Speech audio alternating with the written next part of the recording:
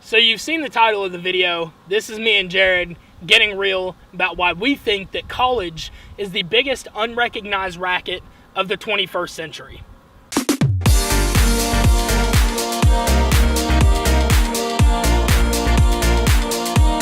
So we're going to be discussing whether or not college is really worth it. Now I know that right off the bat you're going to say it is, and that everyone should have a college degree, but we're going to try to convince you otherwise. Yeah, because that's definitely not 100% true at all, especially growing up in a family where, I was really the first person to go to college, and I've been to college. I'm not currently enrolled in college at the moment, but I've been to college, so I've had a little bit of that experience. And there's definitely some pressure from your family to get you to go to college, and that's mainly because they've kind of been taught that by their family as well, and especially in the public school systems, they really push, if you don't go to college, you're pretty much going to be homeless, and I don't really think that that's necessarily true. Do you? No, not at all. I wouldn't say that at all.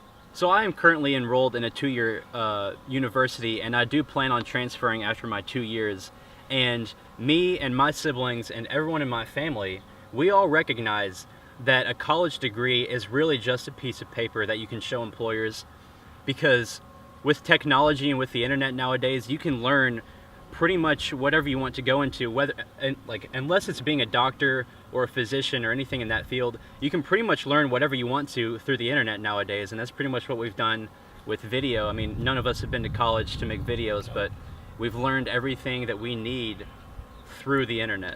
Yeah, and I definitely, I think that's really, it's a first for people growing up like me and Jared. I think we're 19 years old, yeah. And we've kind of grown up in this era of technology, and I think that that's one of the things that's kind of been swept under the rug, is that you don't need to go to college now to learn valuable trade skills or to teach yourself something.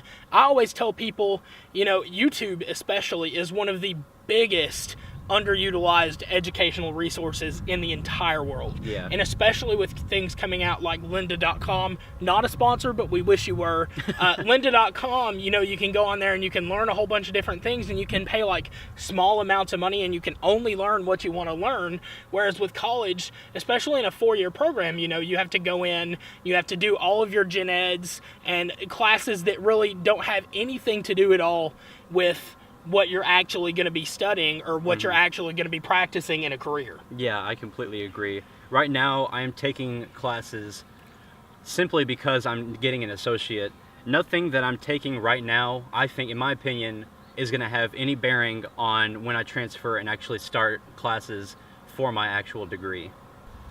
All right, so I saw this post on Facebook yesterday or the day before, I think, and I'll post some screenshots of it in the video here for you, but it essentially says, student loan paid faithfully for 23 years, borrowed $26,400, paid back to date $32,700, and they still owe $45,276.63.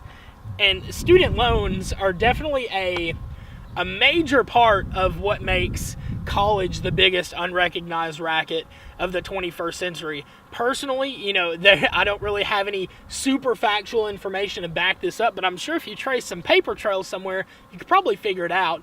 But I think that, some of the larger private student loan companies like Sallie Mae, for example, they're one of the biggest ones in the country. They charge some very exuberant student loan interest rates, and they have, basically they loan money knowing that the degree that the student is getting is probably not going to be sufficient for them to be able to pay back that student loan debt. Essentially, they're getting a degree in a field that's, has little to no growth potential and has little to no jobs available at the moment. And that's definitely a big issue, and that kind of has to do with the fact that everyone is kind of told that they have to go to college. Some of these kids get forced into college and, they don't really want to be there. They want to pursue a trade, or they have a passion like music or something like that they would rather be pursuing.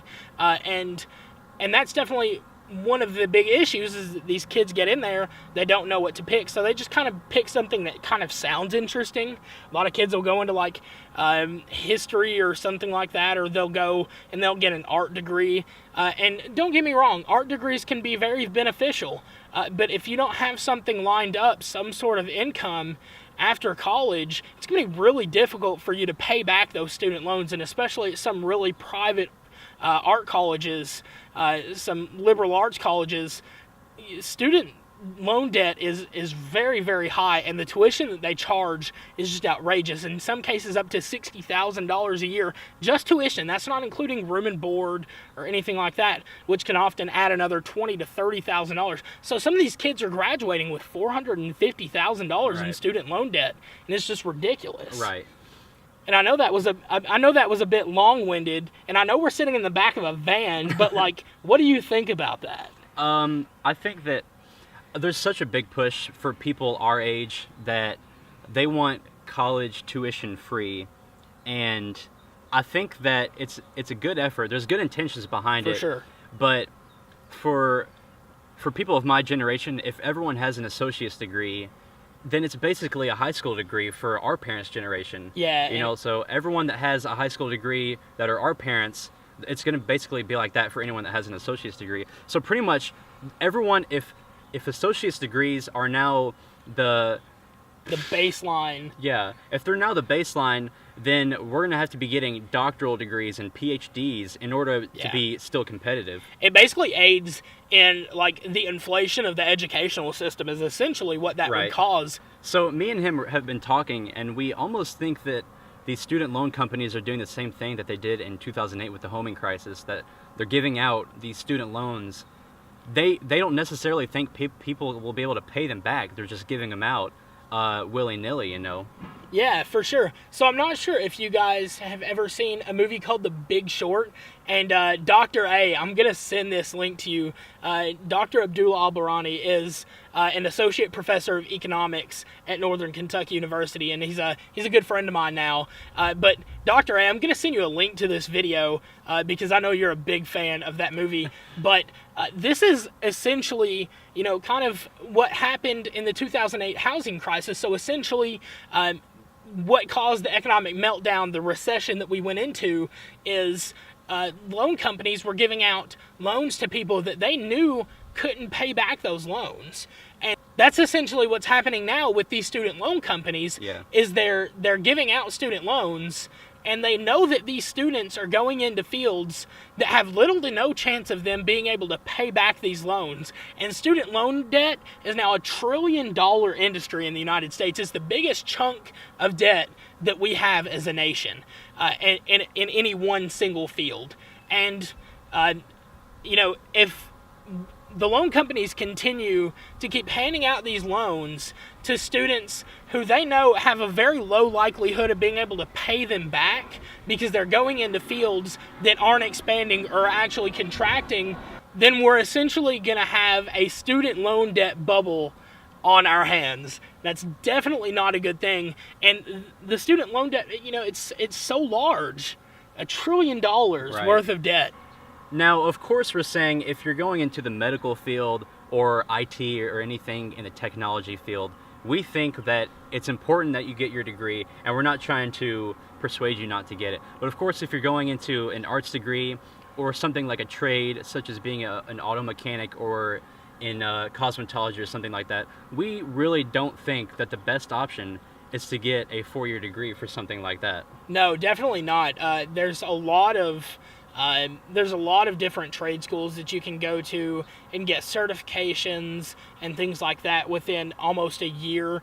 Welding, I have a few friends that are going into welding right now, and by the time they graduate after like a year with their certification, you know, they can basically go into the job field where there's a huge demand and make like probably 40 or 50 grand a year at age like 19 or 20, which is pretty impressive. But yeah, definitely if you're going for something that you could teach yourself, And that's definitely a big thing, and employers are starting to embrace this more as well. Self-taught people, especially in the 21st century, with younger people and with the ability to go in and basically teach yourself everything that you need to know, like computers. I'm essentially, I didn't have any classes in IT until my junior year of high school. I received a couple of certifications when I was in high school, and I took those classes. But before then, I taught myself how to disassemble and assemble and troubleshoot computers at age 13. Right. From YouTube. Yeah. Completely from YouTube. I just started watching YouTube videos religiously for like 3 years.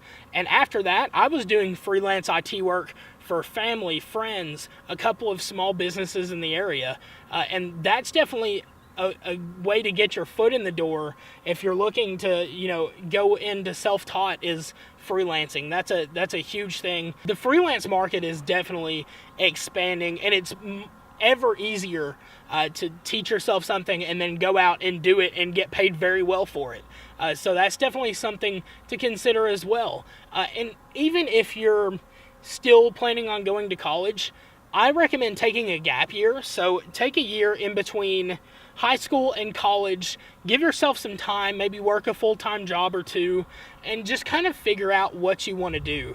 Because that was a mistake that I made. I went straight from high school into college, and by the time I got there, after a semester of taking some gen eds, I had no clue what I actually wanted to get my 4-year degree in, and that's why I left.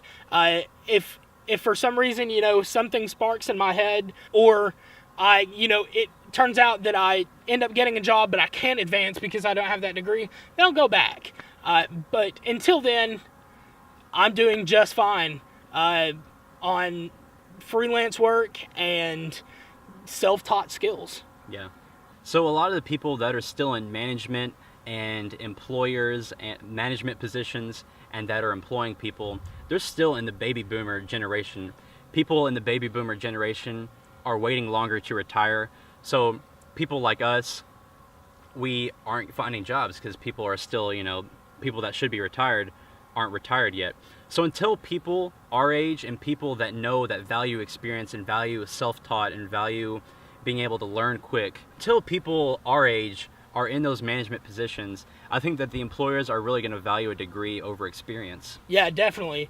And essentially what that does is this kind of plays back into, the college being a bubble, essentially student loans being a bubble, is that once people in our generation, and once the baby boomers do finally start to retire at that older age, and that's kind of part of what's leading to ever shrinking job market. And essentially, until people like us get into those managerial roles, the industry is going to value a degree over experience. But once we get into those positions, the industry is going to see a shift from valuing these degrees more to valuing experience and self-taught skills more.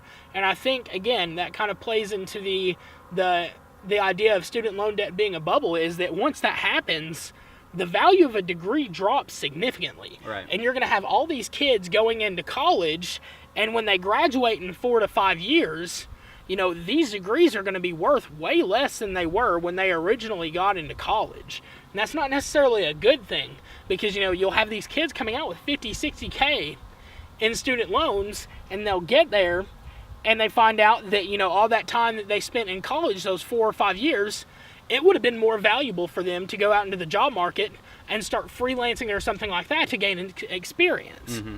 And that's definitely something that really worries me in our generation, and especially like my little siblings' generation. And it's definitely a huge issue. Yeah, I think that our parents' generation, they didn't have the argument whether they should go to college or not. I think everyone was like, yeah, go to college. Exactly. Because back then, the skills, number one, the internet wasn't a really big thing. Yeah. So the only space that they had to learn these skills was in college. Yeah. And I think that our generation is this first generation where we really have to make a crucial decision whether or not we want a degree with $60,000 or try to make it on our own and try to learn and hope that an employer values our decision. Definitely, definitely.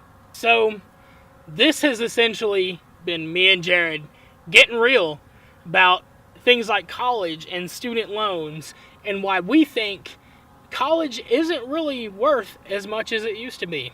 That's why we think college is the biggest unrecognized racket of the 21st century. We want to thank you guys so much for watching. Stay tuned to our channel for more videos like this.